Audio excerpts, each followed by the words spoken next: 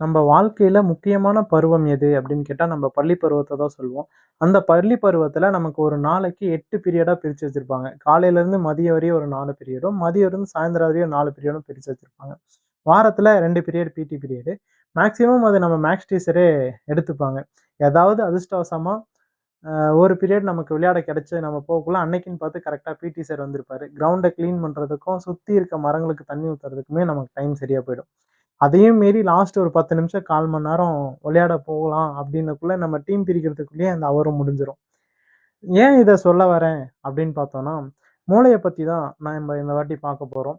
Maximum நம்ம மூளை 2 பகுதியா பிரிஞ்சிருக்கு. ஒண்ணு இடது மூளை, லாஜிக்கல் பிரெயின் அப்படின்னு சொல்லிட்டும், 2வது வலது மூளை, கிரியேட்டிவ் பிரெயின் அப்படின்னு சொல்லிட்டும் 2 பகுதியா பிரிஞ்சிருக்கு.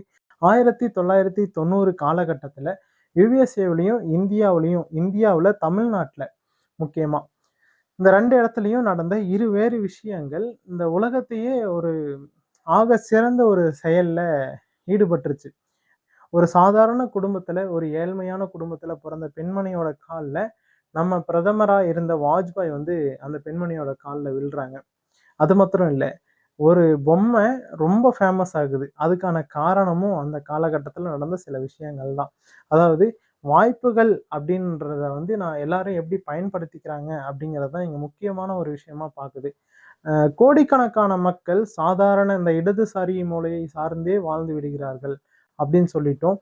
வலதுசாரி கிரியேட்டிவா வாழ்றவங்க அப்படின்னு பார்த்தோம்னா, லட்சத்துல ஒருத்தரா தான் இருக்காங்க அப்படின்னு சொல்லிட்டும் நெறைய தகவல்கள்லாம் இருக்கு.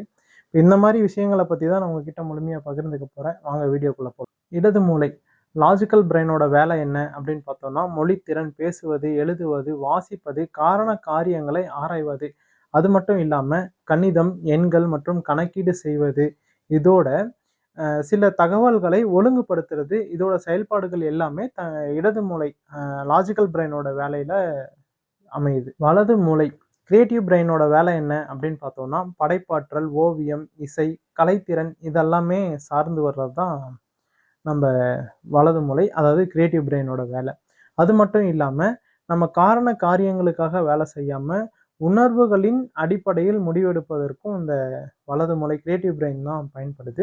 அதையும் தாண்டி சில முகங்களை ஞாபகம் வச்சுக்கிறதுக்கும், ஒரு குறிப்பிட்ட இடத்தையும், தூரத்தையும் நம்ம கணக்கீடு செய்வதற்கும் இந்த வலது மூளை முக்கியமா பயன்படுது. இது 2 மூளையும் தனித்தனியா செயல்படாம 2 மூளையும் ஒட்டுக்கா தான் செயல்படுது. அதுக்கான முக்கியமான காரணம் என்ன அப்படின்னு பார்த்தோம்னா, கார்பஸ் கலோசம் அப்படிங்கிற ஒரு நரம்பு தொகுப்பு. அதுதான் இந்த 2 மூளையும் ஒண்ணா இணைச்சு 2 மூளையும் ஒட்டுக்கா வேலை செய்யுது. நம்ம ஸ்கூல் படிக்கக்குள்ள நான் வந்து இடது மூளையை சார்ந்தவன், வலது மூளையை சார்ந்தவன் அப்படின்னு சொல்லிட்டு நம்ம பசங்க சொல்றதெல்லாம் கேட்டிருப்போம். அப்படி கிடையாது. தனித்தனியா எந்த மூளையுமே வேலை செய்யறதில்ல. எல்லா மூளையும் இணைஞ்சு தான் வேலை செய்யுது. அதற்கான காரணம் என்னன்னு நம்ம முன்னையே பார்த்தோம். அந்த கார்பஸ் கலோசம் அப்படிங்கிற ஒரு நரம்பியல் தொகுப்பு தான் 2 மூளையும் ஒண்ணா இணைச்சு வேலை செஞ்சுட்டு இருக்கு. ஏன் இப்படி சொல்றாங்க அப்படின்னு பார்த்தோம்னா, ஒரு மூளைய விட ஒரு மூளை கொஞ்சம் சிறந்து வேலை செய்யறதா இருக்கும். அதே டைம் ஒரு மூளை சிறந்து வேலை செய்யுது அப்படின்னா கூட இன்னொரு மூளை சும்மா இருக்காது. அதுவும் வேலை செஞ்சுட்டு இருக்கும். பட் அது சிறந்து வேலை செய்யறனால, நான் வந்து இந்த இடது மூளையை சார்ந்தவன், வலது மூளையை சார்ந்தவன் அப்படின்னு சொல்லிட்டு நம்ம ஸ்கூல் படிக்கக்குள்ள, இல்ல நெறைய பேர் சொல்றத நம்ம கேட்டிருப்போம். இதுதான் காரணம். கோடிக்கணக்கான மக்கள் சாதாரண வாழ்க்கை முறையே வாழ்கிறார்கள். லட்சத்தில் சிலரே தனது திறமையின் மூலம் சிறந்து விளங்குகிறார்கள். இது எடுத்துக்காட்டா நெறைய பேர் சொல்லலாம். எம்.எஸ். தோனிய சொல்லலாம், விராட் கோலி, யுவராஜ் சிங்ல சிறந்து இவங்கலாம் விளையாட்டுல சிறந்து விளங்குறவங்களா இருக்காங்க. அதே மியூசிக்ல அனிருத், ஏ.ஆர். ரகுமான், வாலி, ரைட்டர்ல கண்ணதாசன், இப்போ வைரமுத்து, இந்த மாரி தாமரை மேடம் அவங்கலாம் நெறைய பேர் இருக்காங்க. தனது கிரியேட்டிவ் மூலியமா அந்த உலகத்துக்கு தன்னை அறிமுகப்படுத்திக்கிறவங்க. அந்த வகையில அமெரிக்காவின் ஜனாதிபதியின் செல்ல பேர ஒரு பொம்மைக்கு வச்சு, அந்த பொம்மைய அந்த உலகம் முழுவதும் செலிப்ரேட் பண்ண வச்ச ஒரு நபர். ஒரு சாதாரண குடும்பத்தில், ஒரு ஏழ்மையான குடும்பத்தில் பிறந்த ஒரு பெண்மணி, நம்ம இந்திய பிரதமரா இருந்த வாஜ்பாயவே தன்னோட கால்ல விழ வச்சிருக்காங்க. இவங்க 2 பேரோட ஸ்டோரியும் வேற வேற இடத்துல நடந்தாலும், ரொம்ப இன்ட்ரஸ்டிங்கான ஸ்டோரின்னே சொல்லலாம். ஃபர்ஸ்ட்டு அந்த பொம்மையோட ஸ்டோரிய பார்த்துட்டு வந்துரலாம். 1990ல கரடியவே வேட்டையாடுற ஒரு விளையாட்டா வச்சுக்கிட்டு இருந்த காலகட்டம் அது. அது 1992ல நவம்பர் மாசம் அப்போதைய ஜனாதிபதியான தியோடர் ரூஸ்வெல்ட்டும் தன்னோட சக வேட்டையர்களோட மிசிசிப்பி காட்டுக்கு வேட்டைக்கு போறாரு. தன்னோட கூட போன எல்லாருமே தன்னோட வேட்டைய முடிச்சுட்டு கிளம்பிட்டாங்க. இவருக்கு எந்த கரடியுமே கிடைக்கல வேட்டைக்கு. கூட இருந்த பாதுகாவலர் என்ன பண்றாருன்னா, ஒரு கரடிய கூட்டு வந்து ஒரு மரத்துல கட்டி, "சார் நீங்க இந்த கரடிய சுடுங்க" அப்படின்னு சொல்றாரு. அந்த கரடிய இவரு பார்க்குறாரு. அந்த கரடி ரொம்ப வயசான கரடியா இருக்கு. முகம் ஃபுல்லா அடி வாங்கியிருக்கு. ரொம்ப சோர்ந்து போயிருக்கு. அப்ப இவரு சொல்றாரு, "இந்த கரடிய நான் சுட்டேன்னா, அது விளையாட்டு தர்மத்திற்கே செய்ற துரோகம்" அப்படின்னு சொல்லிட்டு இவரு சொல்றாரு. ஸோ அந்த கரடிய அவிழ்த்து விடுங்க.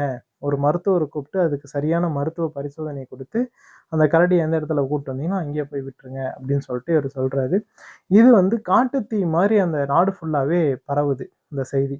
அப்போ மக்கள் எல்லாமே இவர் வந்து இவரோட மனித நேயத்த பார்த்து நெறைய பேர் நெறைய விதமா பாராட்டி பேச ஆரம்பிக்கிறாங்க. இது வாஷிங்டன் போஸ்ட் அப்படிங்கிற ஒரு பத்திரிகையில கேலி சித்திர கலைஞரான கிளி போஸ்ட் பெர்ரிமேன் அப்படிங்கிறவரு இது வந்து ஒரு கார்ட்டூன் படமாவே வெளியிடுறாரு. நியூயார்க்ல மிட்டாய் கடை வச்சுக்கிட்டு இருந்த மோரிஸ் மிக்டோம் அப்படிங்கிற நபர் வந்து ரொம்ப இம்ப்ரெஸ் ஆகுறாரு அந்த கேலி சித்திரத்தை பார்த்து. அந்த சித்திரத்தை எடுத்துட்டு போயிட்டு அவங்க மனைவி கிட்ட காமிக்கிறாங்க. அவங்க மனைவி பேர் வந்து ரோஸ். அந்த சித்திரம் எப்படி இருக்குன்னு பார்த்தா, இது ரொம்ப வயசான கரடி அப்படின்னு சொல்லி சொன்னோம். ஆனா இந்த சித்திரத்துல இருக்கிறது ரொம்ப யங்கான கரடி. ஒரு இளமையான கரடி தான் அந்த கேலி சித்திரத்துல இருந்துச்சு. அந்த சித்திரத்த பார்த்து அந்த ரோஸ் அப்படிங்கிறவங்க என்ன பண்றாங்கன்னா, அதுக்கேத்த மாதிரி ஒரு மென்மையான துணியில அது ஒரு பொம்மையாவே செஞ்சு அந்த மோரிஸ் கிட்ட வந்து குடுக்குறாங்க. அந்த மோரிஸ் கிட்ட குடுக்குற அந்த விஷயம், அவரு என்ன பண்றாருன்னா, அத எடுத்துட்டு வந்து மறுநாள் காலையில தன் கடையில வச்சதுமே, அது உடனே சேல் ஆயிடுது. இப்ப அந்த பொம்மைக்கு ஒரு பேர் வைக்கணும். என்ன பேர் வைக்கலாம் அப்படின்னு சொல்லி யோசிச்சுக்கிட்டு இருக்கக்குள்ள, அந்த ஜனாதிபதியோட அ செல்ல பேரான டெடி அப்படிங்கிற பேரையே வைக்கலாம் அப்படின்னு சொல்லி இவரு முடிவு பண்றாரு. அந்த பேர வச்சு நம்ம இந்த பொம்மைய சேல் பண்ணலாம் அப்படின்னு சொல்லிட்டு முடிவு பண்றாரு. அதுக்கான கடிதமும் ஜனாதிபதிக்கு எழுதப்படுது. மோரிஸ் கிட்ட இருந்து. மோரிஸ் இந்த மாரி ஜனாதிபதி ஐயா அவர்களே அப்படின்னு சொல்லிட்டு ஆரம்பிக்கிறாரு. இந்த மாரி நான் ஒரு பொம்மை தயாரிச்சிருக்கேன். அந்த பொம்மைக்கு வந்து உங்க பேர வைக்கலான்ட்டு இருக்கிறேன். நீங்க செஞ்ச செயல் ஒரு கேலி சித்திரமா வெளிவந்தது. அந்த கேலி சித்திரத்த எடுத்துட்டு வந்து என் மனைவி கிட்ட காமிச்சேன். என் மனைவி அத பொம்மையா செஞ்சிருக்காங்க. அந்த பொம்மைக்கு நான் உங்களோட செல்ல பேர வச்சு அத நான் உலகம் முழுவதும் சேல் பண்ணலான்ட்டு இருக்கிறேன். அப்படின்னு சொல்லிட்டு இவர் வந்து ஒரு லெட்டர் எழுதுறாரு. ஒரு பொம்மைக்கு தானே பேர் வைக்கிறீங்க. இதுல போய் என்ன இருக்கு? அப்படின்னு அவர் பெருந்தன்மையா ஓகே சொல்றாங்க. அந்த பேரையே இவரும் அந்த பொம்மைக்கு வைக்கிறாரு. டெடி பியர் அப்படின்னு சொல்லிட்டு. அந்த பேர் வச்சதுமே அந்த பொம்மை உலகம் ஃபுல்லா நல்லா வரவேற்பு பெற்று, இன்னைக்கு வரையுமே டெடி பியர் அப்படின்னா யாருமே தெரியாம இருக்க மாட்டாங்க. அந்த அளவுக்கு ஒரு ஃபேமஸான ஒரு பொம்மையா தான் இருக்கு. அந்த ஒரு பொம்மைக்கு பின்னாடி இவ்ளோ பெரிய ஸ்டோரி இருக்கு அப்படின்னு சொல்லிட்டு நீங்க யாரும் மறக்காதீங்க. ஒரு மனித நேயத்தின் உச்சகட்டம் தான் அந்த டெடி பியர் அப்படின்னு நம்ம சொல்லலாம். இந்த டெடி பியர் உருவானதுக்கான பின்னாடி இவ்ளோ பெரிய ஒரு ஸ்டோரி இருக்கு. தனக்கான வாய்ப்ப தேடிக்கிட்டு இல்லாம, நம்ம எங்க பார்த்தாலுமே தனக்கான வாய்ப்பு இருக்கிறதா நம்ம கருதுனோம் அப்படின்னா, அந்த வாய்ப்ப நம்ம எப்படி உருவாக்க முடியுங்கிறதும் நமக்கு தெரியும். ஸோ, அந்த ரோஸ் மேடம் மாரி அந்த பொம்மைய தன்னோட வாய்ப்பா ஒரு மென்மையான துணியில, நீங்களும் எது உங்களுக்கான புடிச்ச விஷயம் எதுவோ, அத எங்க பார்க்குறீங்களோ, அத எப்படி நமக்கான வாய்ப்பா மாத்தணும்னு நெனைக்கிறீங்களோ, நீங்களும் மாத்தலாம். அது உங்களாலயும் முடியும். உங்களால முடியுங்கிற ஒரு விஷயம் ஒரு நாள் இந்த உலகமே போற்றி, உங்களுக்கான புகழ உங்களுக்கு வந்து தரும் அப்டின்ட்டு. அடுத்து நம்ம இன்னொருத்தர பத்தி சொல்லிட்டு இருந்தோம். அந்த பெண்மணி. அந்த பெண்மணி வேற யாரும் இல்லங்க. சின்ன பிள்ளை அப்டிங்கிற மதுரை மாவட்டத்தில் அ புல்லுச்சேரி அப்டிங்கிற ஒரு கிராமத்துல பொறந்த, ஒரு ஏழ்மையான குடும்பத்துல பொறந்த சின்ன பிள்ளை அப்டிங்கிற அந்த அம்மாவ பத்தி தான் நம்ம பார்க்க போறோம். ஒவ்வொரு குடும்பத்திலும் உள்ள பெண்கள் தங்களின் தேவைகளை அறிந்து சிந்தித்து செயல்பட்டால் தங்களும் தங்கள் வாழ்வில் வெற்றி அடையலாம் என்பதற்கு சின்ன பிள்ளை அம்மாள் ஒரு முக்கியமான எடுத்துக்காட்டாவே சொல்லலாம். மதுரை மாவட்டம் புல்லுச்சேரி கிராமத்தில் ஏழ்மையான குடும்பத்தில் பிறந்தவர்கள் தான் இந்த சின்ன பிள்ளை அம்மா. இவர்களோட பெற்றோர் யாருன்னு பார்த்தோம்னா, தந்தை பெயர் பெரியாம்பல, தாய் பெயர் பெருமி. இவங்களுக்கு 3 வயசா இருக்கக்குள்ளேயே அம்மா இறந்துடுறாங்க. கடைசி கடைக்குட்டி தான் நம்ம சின்ன பிள்ளை அம்மா. அம்மா இறந்ததுமே தன் அக்காவோட அரவணைப்புல தான் சின்ன பிள்ளை அம்மாள் வளர்றாங்க. வளர்ந்ததும் பெருமாள் அப்படிங்கிற ஒரு விவசாய தினக்கூலிய திருமணம் பண்றாங்க. அவரும் கொஞ்ச நாள் வேலைக்கு போறாரு. ஒரு குறிப்பிட்ட நாளுக்கு அப்புறம் கடுமையான வயிற்று வலியால் பாதிக்கப்பட்டு, ரெகுலரா வேலைக்கு போக முடியாத சூழ்நிலைக்கு தள்ளப்படுறாரு. இனிமே அவர் வந்து படுத்த படுக்கை அப்படிங்கிற ஒரு சூழ்நிலைக்கு தள்ளப்படுறாரு. அடுத்து என்ன பண்ணலாம்? இப்ப வீட்ல இருக்கிற இவங்களுக்கு வந்து ஒரு 5 குழந்தைங்க. 3 பெண் குழந்தைங்க, 2 ஆண் குழந்தைங்க. இப்போ 2 ஆண் குழந்தைங்க மட்டும் தான் இருக்காங்க. சரி அவங்கள காப்பாத்தணுமே அப்படிங்கிறதுக்காக இந்த அம்மாவும் தினக்கூலியா வேலைக்கு போறாங்க. தினக்கூலியா வேலைக்கு போகக்குள்ள தான் தெரியுது. வர அங்க இருக்க ரொம்ப பஞ்சம் சூழலும், வறுமை காரணமா வட்டி க வட்டிக்கு மேல வட்டி, இந்த கந்து வட்டி பிரச்சனை ஜாஸ்தியா இருந்துட்டு இருக்கு. கூலி குடுக்குறவங்க, பண்ண முதலாளிங்க கரெக்ட்டா கூலி குடுக்குறாங்க அப்டின்னா, அவங்களும் கரெக்ட்டா கூலி குடுக்குறதில்ல. அதுலயும் கொஞ்சம் புடிச்சுக்கிட்டு குடுக்குறது, அந்த மாதிரி இந்த அம்மா எதிர்த்து ஃபர்ஸ்ட்டு சண்ட போடுறாங்க. "எனக்கான கூலிய கரெக்ட்டா குடு.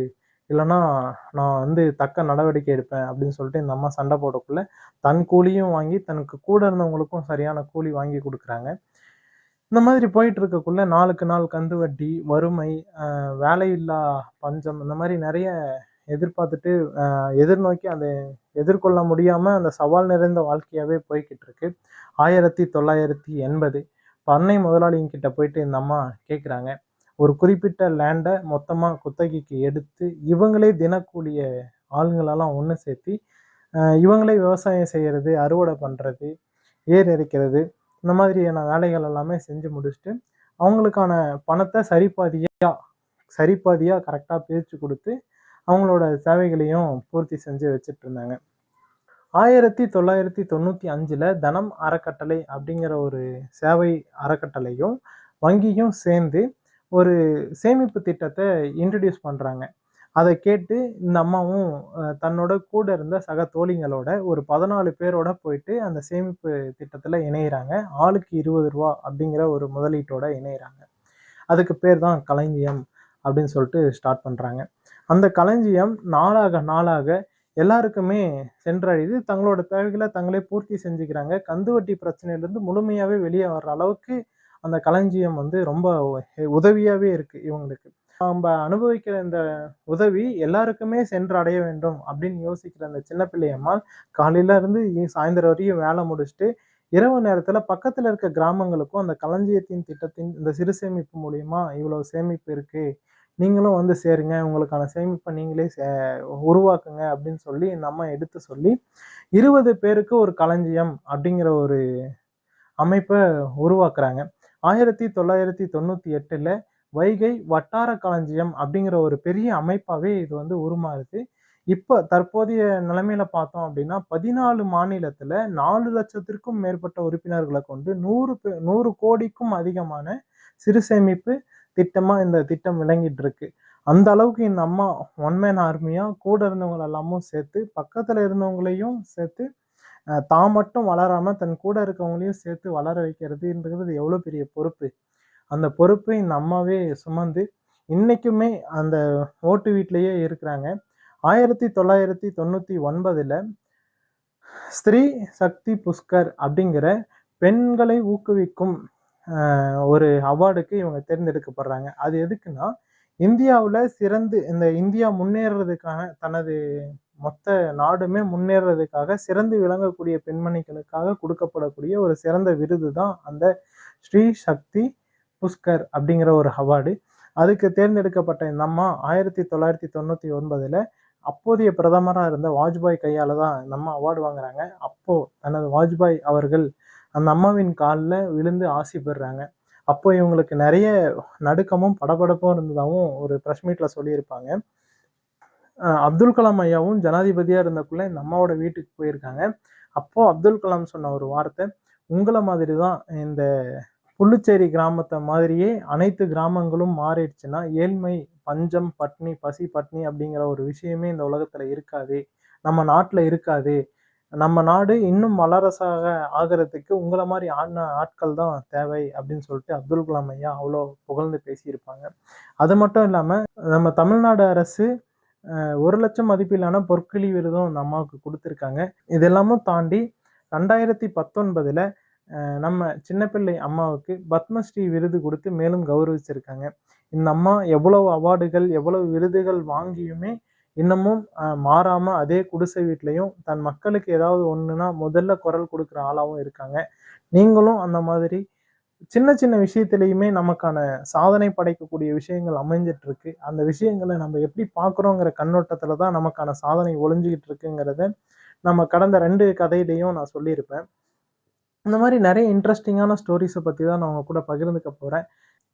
அடுத்து ஒரு நல்ல பதிவில் சந்திக்கும் வரை இணைந்து பயணிப்போம். நான் உங்கள் கரநிலவன். மறக்காம சப்ஸ்கிரைப் பண்ணுங்க, பெல் பட்டனை பிரஸ் பண்ணுங்க. அப்பதான் நான் போடுற வீடியோ உடனுக்குடன் உங்களை வந்து சேரும். நன்றி.